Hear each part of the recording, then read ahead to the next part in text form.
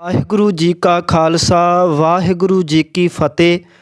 ਖਡੂਰ ਦੀ ਧਰਤੀ ਤੇ ਇੱਕ ਚੌਧਰੀ ਰਹਿੰਦਾ ਹੈ ਜਿਸ ਦਾ ਨਾਮ ਇਤਿਹਾਸ ਨੇ ਮਲੂਕਾ ਕਰਕੇ ਦੱਸਿਆ। ਕਹਿੰਦੇ ਇਹ ਹੈ ਤਾਂ ਖਡੂਰ ਦਾ ਚੌਧਰੀ ਸੀ, ਪਰ ਸਿਰੇ ਦਾ ਸ਼ਰਾਬੀ ਸੀ, ਬੜੀ ਸ਼ਰਾਬ ਪੀਂਦਾ ਸੀ, ਗੁਰੂ ਜੀ ਨਾਲ ਈਰਖਾ ਵੀ ਰੱਖਦਾ ਸੀ। ਔਰ ਕਹਿੰਦੇ ਨੇ ਵੀ ਇਹਨੂੰ ਮਿਰਗੀ ਦੀ ਵੀ ਬਿਮਾਰੀ ਸੀ, ਮਿਰਗੀ ਦੇ ਦੌਰੇ ਪੈਂਦੇ ਸੀ। ਇਹਨੇ ਬੜੇ ਹੀਲੇ ਕੀਤੇ, ਕੋਈ ਦਵਾ ਕੰਮ ਨਹੀਂ ਕੀਤੀ। ਪਿੰਡ ਦੇ ਜੋਗੀ ਪਾਸ ਵੀ ਗਿਆ ਪਰ ਉਹਦਾ ਵੀ ਵਾਹ ਨਾ ਚੱਲਿਆ। ਜਦੋਂ ਕਿਸੇ ਵੀ ਹੀਲੇ ਦੇ ਨਾਲ ਕੰਮ ਨਾ ਬਣਿਆ, ਆਖਰ ਇਹ ਗੁਰੂ ਦੇ ਦਰ 'ਤੇ ਆ ਗਿਆ। ਕਿਉਂਕਿ ਕੋਈ ਜਿੰਨਾ ਮਰਜ਼ੀ ਨਿੰਦਕ ਹੋਵੇ, ਜਦੋਂ ਦੁਨੀਆ ਦੇ ਵਿੱਚ ਕੋਈ ਹੱਲ ਨਾ ਲੱਭੇ, ਆਖਰ ਉਹਨੂੰ ਗੁਰੂ ਦੇ ਦਰ 'ਤੇ ਹੀ ਆਉਣਾ ਪੈਂਦਾ।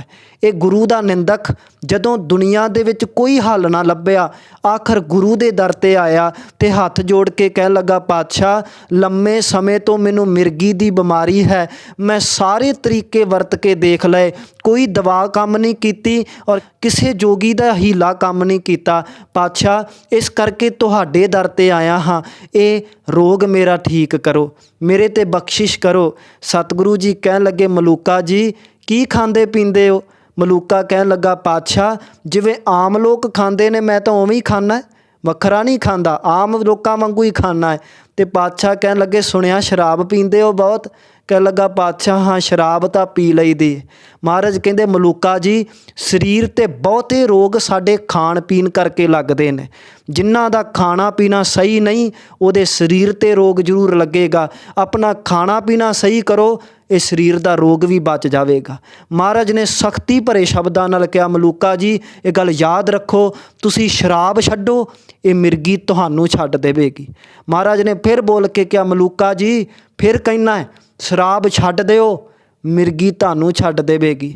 ਜਦੋਂ ਸਤਿਗੁਰੂ ਨੇ ਇਹ ਬਚਨ ਕੀਤਾ ਤਾਂ ਇਹ ਚੌਧਰੀ ਮਲੂਕਾ ਹੱਥ ਜੋੜ ਕੇ ਕਹਿਣ ਲੱਗਾ, ਪਾਤਸ਼ਾਹ ਜੇ ਸ਼ਰਾਬ ਛੱਡਣ ਨਾਲ ਮਿਰਗੀ ਛੱਡੇਗੀ, ਦਾਤਾਰ ਅੱਜ ਤੋਂ ਬਾਅਦ ਮੈਂ ਸ਼ਰਾਬ ਨਹੀਂ ਪੀਵਾਂਗਾ, ਪਰ ਤੁਸੀਂ ਰਹਿਮਤ ਕਰਿਓ ਇਹ ਰੋਗ ਮੇਰਾ ਠੀਕ ਹੋ ਜਾਵੇ। ਇਸ ਪ੍ਰਕਾਰ ਸਤਿਗੁਰੂ ਜੀ ਤੋਂ ਉਪਦੇਸ਼ ਲੈ ਕੇ ਇਹ ਅਮਲ ਵੀ ਕਰਦਾ ਹੈ। ਸ਼ਰਾਬ ਪੀਣੀ ਛੱਡ ਦਿੱਤੀ ਅਤੇ ਸਤਿਗੁਰੂ ਜੀ ਦੀ ਰਹਿਮਤ ਵਰਸੀ ਕਿ ਇਹ ਰੋਗ ਵੀ ਠੀਕ ਹੋ ਗਿਆ। ਹੁਣ ਕਦੀ ਮਿਰਗੀ ਦੇ ਦੌਰੇ ਨਹੀਂ ਪਏ, ਇਹ ਮਿਰਗੀ ਦੀ ਬਿਮਾਰੀ ਠੀਕ ਹੋ ਗਈ। ਇਤਿਹਾਸ ਦੱਸਦਾ ਹੈ ਕਈ ਬਰਸ ਲੰਘ ਗਏ, ਕਈ ਸਾਲ ਲੰਘ ਗਏ, ਇਹਨੇ ਸ਼ਰਾਬ ਨਹੀਂ ਪੀਤੀ ਔਰ ਨਾ ਹੀ ਇਹਨੂੰ ਮਿਰਗੀ ਦੀ ਬਿਮਾਰੀ ਦੁਬਾਰਾ ਲੱਗੀ। ਪਰ ਇੱਕ ਦਿਨ ਕੀ ਹੋਇਆ, ਘਟਾ ਚੜ੍ਹੀ ਔਰ ਇਹ ਸ਼ਰਾਬ ਪੀ ਕੇ ਮਸਤ ਹੋ ਕੇ ਕੋਠੇ 'ਤੇ ਚੜ੍ਹ ਗਿਆ ਔਰ ਉੱਚੀ ਉੱਚੀ ਗੁਰੂ ਨੂੰ ਲਲਕਾਰੇ ਮਾਰਨ ਲੱਗਾ, ਗੁਰੂ ਜੀ ਤੁਸੀਂ ਕਿਹਾ ਸੀ ਸ਼ਰਾਬ ਛੱਡੋਗੇ ਫਿਰ ਮਿਰਗੀ ਛੱਡੇਗੀ, ਆ ਦੇਖੋ ਮੈਂ ਅੱਜ ਸ਼ਰਾਬ ਪੀਤੀ ਹੈ ਪਰ ਮੈਨੂੰ ਤਾਂ ਕੋਈ ਰੋਗ ਨਹੀਂ ਲੱਗਾ, ਮੈਨੂੰ ਤਾਂ ਕੋਈ ਮਿਰਗੀ ਦੀ ਬਿਮਾਰੀ ਨਹੀਂ ਲੱਗੀ। ਜਦੋਂ ਇਹ ਇਸ ਤਰ੍ਹਾਂ ਕਹਿ ਰਿਹਾ, ਕੁਝ ਸਰੋਤਾਂ ਕਹਿੰਦੀਆਂ ਨੇ ਕਿ ਸ਼ਰਾਬ ਦੇ ਨਸ਼ੇ ਦੇ ਵਿੱਚ ਝੂਮਦਾ ਹੋਇਆ ਕੋਠੇ ਤੋਂ ਡਿੱਗ ਪਿਆ, ਪਰ ਕੁਝ ਸਰੋਤਾ ਕਹਿੰਦੇ ਨੇ ਕਿ ਇਹਨੂੰ ਦੁਬਾਰਾ ਮਿਰਗੀ ਦਾ ਦੌਰਾ ਪਿਆ ਔਰ ਇਹ ਕੋਠੇ ਤੋਂ ਡਿੱਗਾ ਔਰ ਉਸੇ ਵਕਤ ਇੱਥੇ ਮੌਤ ਹੋ ਗਈ।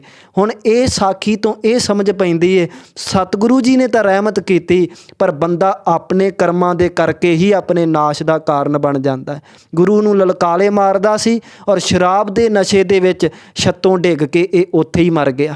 ਇਸ ਪ੍ਰਕਾਰ ਸਤਿਗੁਰੂ ਸੱਚੇ ਪਾਤਸ਼ਾਹ ਜੀ ਆਪਣੇ ਜੀਵਨ ਦੇ ਵਿੱਚੋਂ ਆਪਣੀਆਂ ਕਰਨੀਆਂ ਤੋਂ ਪੂਰੀ ਖਲਕਤ ਨੂੰ ਉਪਦੇਸ਼ ਦੇ ਰਹੇ ਨੇ।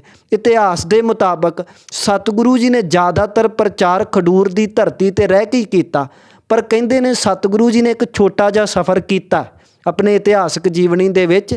ਸਤਿਗੁਰੂ ਜੀ ਨੇ ਇੱਕ ਛੋਟਾ ਜਿਹਾ ਸਫ਼ਰ ਕੀਤਾ।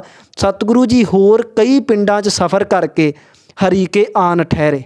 ਹਰੀਕੇ ਖਡੂਰ ਆਉਣ ਤੋਂ ਪਹਿਲਾਂ ਵੀ ਠਹਿਰੇ ਸੀ। ਜਦੋਂ ਆਪ ਜੀ ਖਡੂਰ ਸਾਹਿਬ ਦੀ ਧਰਤੀ 'ਤੇ ਆਏ ਸੀ, ਉਸ ਤੋਂ ਪਹਿਲਾਂ ਵੀ ਆਪ ਹਰੀਕੇ ਠਹਿਰ ਚੁੱਕੇ ਸਨ। ਸੋ ਇਸ ਪ੍ਰਕਾਰ ਜਦੋਂ ਵਾਪਸ ਉੱਥੇ ਗਏ, ਬੜੇ ਲੋਕ ਆਪ ਜੀ ਨੂੰ ਜਾਣਦੇ ਸਨ ਔਰ ਲੋਕਾਂ ਨੂੰ ਪਤਾ ਲੱਗਾ ਕਿ ਆਪ ਜੀ ਹੁਣ ਗੁਰੂ ਬਣ ਗਏ ਨੇ, ਤਖਤਾਂ 'ਤੇ ਬਿਰਾਜਮਾਨ ਨੇ। ਇਸ ਕਰਕੇ ਕਈ ਲੋਕ ਆਪ ਜੀ ਦੇ ਦਰਸ਼ਨਾਂ ਲਈ ਆਏ। ਕਹਿੰਦੇ ਨੇ ਇੱਥੋਂ ਦਾ ਇੱਕ ਚੌਧਰੀ ਜਿਸ ਦਾ ਨਾਮ ਬਖਤਾਵਰ ਦੱਸਿਆ, ਇਹ ਵੀ ਆਪ ਜੀ ਦੇ ਕੋਲ ਆਇਆ, ਪਰ ਸੰਗਤ ਦੇ ਵਿੱਚ ਨਹੀਂ ਬੈਠਾ, ਨਾ ਹੀ ਸਤਿਗੁਰੂ ਜੀ ਅੱਗੇ ਝੁਕਿਆ, ਨਾ ਮੱਥਾ ਟੇਕਿਆ, ਸਿੱਧਾ ਗੁਰੂ ਜੀ ਦੇ ਬਰਾਬਰ ਆ ਕੇ ਪਲੰਘ 'ਤੇ ਬੈਠ ਗਿਆ। ਜਦੋਂ ਗੁਰੂ ਦੇ ਬਰਾਬਰ ਆ ਕੇ ਪਲੰਘ 'ਤੇ ਬੈਠਾ, ਸਾਰੀ ਸੰਗਤ ਦੇਖ ਰਹੀ ਹੈ ਵੀ ਇਹ ਕੀ ਕਰ ਰਿਹਾ, ਸੰਗਤ 'ਚ ਨਹੀਂ ਬੈਠਾ, ਬਰਾਬਰ ਜਾ ਕੇ ਬਹਿ ਗਿਆ। ਅਤੇ ਜਦੋਂ ਇਸ ਚੌਧਰੀ ਨੇ ਦੇਖਿਆ ਕਿ ਸੰਗਤ ਮੈਨੂੰ ਘੂਰ ਰਹੀ ਹੈ, ਇਹ ਚੌਧਰੀ ਬੋਲ ਕੇ ਕਹਿਣ ਲੱਗਾ, ਸੰਗਤ ਜੀ ਕੀ ਮੈਨੂੰ ਘੂਰ ਰਹੇ ਹੋ? ਜੇ ਇਹ ਤੁਹਾਡਾ ਗੁਰੂ ਹੈ ਤੇ ਮੈਂ ਵੀ ਤਾਂ ਪਿੰਡ ਦਾ ਚੌਧਰੀ ਆ ਨਾ, ਮੈਂ ਵੀ ਤਾਂ ਬਰਾਬਰ ਦੀ ਹਸਤੀ ਵਾਲਾ ਹੈ। ਜਦੋਂ ਇਹ ਬੋਲ ਕਹੇ ਸਤਿਗੁਰੂ ਜੀ ਹੱਸ ਕੇ ਕਹਿ ਲੱਗੇ, ਠੀਕ ਆ ਚੌਧਰੀ ਜੀ, ਮੰਨ ਲਿਆ ਚੌਧਰੀ ਹੋ, ਸਤਿਕਾਰਯੋਗ ਹੋ, ਕੋਈ ਨਹੀਂ ਠਾਉਂਦਾ, ਬੈਠ ਜਾਓ, ਪਲੰਘ 'ਤੇ ਬੈਠਣਾ ਪਲੰਘ 'ਤੇ ਹੀ ਬੈਠ ਜਾਓ।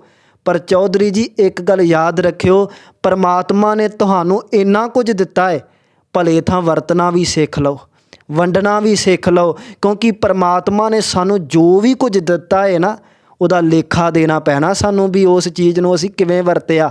ਇਸ ਕਰਕੇ ਵੰਡਣਾ ਸਿੱਖੋ। ਅਸੀਂ ਆਪਣੇ ਗੁਰੂ ਦੀ ਸ਼ਰਣੀ ਗਏ ਸਾਂ, ਔਰ ਜੋ ਕੁਝ ਮੇਰੇ ਗੁਰੂ ਨਾਨਕ ਤੋਂ ਮਿਲਿਆ ਮੈਂ ਅੱਜ ਉਹੀ ਕੁਝ ਇਹਨਾਂ ਸੰਗਤਾਂ ਨੂੰ ਵੰਡ ਰਿਹਾ। ਤੁਸੀਂ ਵੀ ਵੰਡਣਾ ਸਿੱਖ ਲਓ।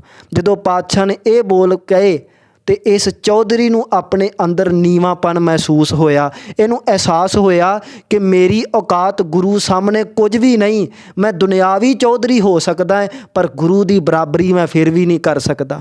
ਹੱਥ ਜੋੜਦਾ ਹੈ, ਮੁਆਫੀ ਮੰਗਦਾ ਹੈ, ਔਰ ਮੱਥਾ ਟੇਕ ਕੇ ਜਾ ਕੇ ਸੰਗਤ ਵਿੱਚ ਬੈਠ ਜਾਂਦਾ ਹੈ। ਇਸ ਪ੍ਰਕਾਰ ਇਹ ਚੌਧਰੀ ਵੀ ਸਤਿਗੁਰੂ ਜੀ ਦੀ ਸ਼ਰਣੀ ਆਇਆ ਔਰ ਸਤਿਗੁਰੂ ਜੀ ਦੀਆਂ ਰਹਿਮਤਾਂ ਦਾ ਪਾਤਰ ਬਣਿਆ। ਸਤਿਗੁਰੂ ਜੀ ਇਹ ਸਫ਼ਰ ਮੁਕਾ ਕੇ ਵਾਪਸ ਖਡੂਰ ਦੀ ਧਰਤੀ 'ਤੇ ਪਹੁੰਚੇ ਔਰ ਫਿਰ ਇੱਥੇ ਦਰਬਾਰ ਸੱਜ ਰਹੇ ਨੇ। ਬਾਣੀ ਔਰ ਲੰਗਰ ਦਾ ਪ੍ਰਵਾਹ ਚੱਲ ਰਿਹਾ। ਕਹਿੰਦੇ ਨੇ ਇੱਥੇ ਆਪ ਜੀ ਦੇ ਦਰ 'ਤੇ ਇੱਕ ਭਾਈ ਮਾਣਾ ਜੀ ਨਾਮ ਦਾ ਸਿੱਖ ਲੰਗਰ ਦੇ ਵਿੱਚ ਸੇਵਾ ਕਰਦਾ ਹੈ। ਪਰ ਕਹਿੰਦੇ ਸੇਵਾ ਕਰਦਿਆਂ ਇੱਕ ਵਾਰ ਇਸ ਸਿੱਖ ਦੇ ਅੰਦਰ ਹਉਮੈ ਪ੍ਰਬਲ ਹੋ ਗਈ, ਹਉਮੈ ਉੱਚੀ ਹੋ ਗਈ, ਮਤ ਨੀਵੀਂ ਹੋ ਗਈ। ਕਈ ਵਾਰੀ ਸਾਡੇ ਨਾਲ ਵੀ ਹੋ ਜਾਂਦਾ ਹੈ ਸਾਧ ਸੰਗਤ, ਬਾਣੀ ਬਹੁਤ ਪੜ੍ਹਨ ਲੱਗ ਜਾਈਏ, ਸੇਵਾ ਬਹੁਤ ਕਰਨ ਲੱਗ ਜਾਈਏ, ਕਈ ਵਾਰੀ ਹਉਮੈ ਇੰਨੀ ਹੋ ਜਾਂਦੀ ਹੈ ਕਿ ਆਮ ਲੋਕਾਂ ਨੂੰ ਅਸੀਂ ਤੁੱਛ ਜਾਣਨ ਲੱਗ ਪੈਂਦੇ, ਉਹਨਾਂ ਨੂੰ ਕੁਝ ਵੀ ਨਹੀਂ ਸਮਝਦੇ। ਇਹਦੇ ਨਾਲ ਵੀ ਇਸ ਤਰ੍ਹਾਂ ਹੀ ਹੋਇਆ। ਭਾਈ ਮਾਣਾ ਜੀ ਸੇਵਾ ਤਾਂ ਬਹੁਤ ਕਰਦੇ ਸੀ, ਪਰ ਹਉਮੈ ਇੰਨੀ ਪ੍ਰਬਲ ਹੋ ਗਈ ਕਿ ਇਹ ਗੁਰੂ ਦੀ ਸੇਵਾ ਤਾਂ ਕਰ ਰਿਹਾ ਹੈ, ਪਰ ਇਹਨੇ ਸੰਗਤ ਦੀ ਸੇਵਾ ਕਰਨੀ ਬੰਦ ਕਰ ਦਿੱਤੀ। ਇੱਕ ਦਿਨ ਸਤਿਗੁਰੂ ਨੇ ਬੁਲਾਇਆ ਔਰ ਪੁੱਛਿਆ, ਮਾਣਾ ਜੀ ਵੇਖਿਆ ਮੈਂ ਤੁਸੀਂ ਮੇਰੀ ਸੇਵਾ ਤਾਂ ਕਰਦੇ ਹੋ, ਪਰ ਸੰਗਤ ਦੀ ਸੇਵਾ ਕਿਉਂ ਬੰਦ ਕਰ ਦਿੱਤੀ? ਤੁਸੀਂ ਮੈਨੂੰ ਤਾਂ ਪ੍ਰਸ਼ਾਦਾ ਛਕਾ ਦਿੰਦੇ ਹੋ, ਸੰਗਤ ਦੀ ਹੁਣ ਸੇਵਾ ਹੀ ਨਹੀਂ ਕਰ ਰਹੇ, ਸੰਗਤ ਨੂੰ ਪ੍ਰਸ਼ਾਦਾ ਹੀ ਨਹੀਂ ਛਕਾਉਂਦੇ। ਤੇ ਮਾਣਾ ਜੀ ਕਹਿਣ ਲੱਗੇ, ਪਾਤਸ਼ਾਹ ਮੈਂ ਤੁਹਾਡਾ ਸੇਵਾਦਾਰ ਹਾਂ, ਮੈਂ ਇਹਨਾਂ ਗਰੀਬ ਨੌਕਰਾਂ ਦਾ ਨੌਕਰ ਥੋੜ੍ਹਾ, ਇਹਨਾਂ ਨੀਵਿਆਂ ਦਾ ਨੌਕਰ ਥੋੜ੍ਹਾ ਹੈ। ਮੈਂ ਤੁਹਾਡੀ ਸੇਵਾ ਕਰਾਂਗਾ ਕਿਉਂਕਿ ਤੁਹਾਡਾ ਸੇਵਾਦਾਰ ਹਾਂ। ਮਹਾਰਾਜ ਮੈਂ ਇਹਨਾਂ ਗਰੀਬ ਅਤੇ ਨੀਵਿਆਂ ਦੀ ਸੇਵਾ ਕਿਉਂ ਕਰਾਂ, ਮੈਂ ਇਹਨਾਂ ਦਾ ਨੌਕਰ ਥੋੜ੍ਹਾ। ਜਦੋਂ ਇਹ ਬੋਲ ਕਹੇ ਸਤਿਗੁਰੂ ਜੀ ਨੇਤਰ ਮੁੰਦ ਲੈਂਦੇ ਨੇ, ਕਹਿਣ ਲੱਗੇ, ਮਾਣਾ ਜੀ ਇਹ ਤੁਸੀਂ ਠੀਕ ਬੋਲ ਨਹੀਂ ਕਹੇ।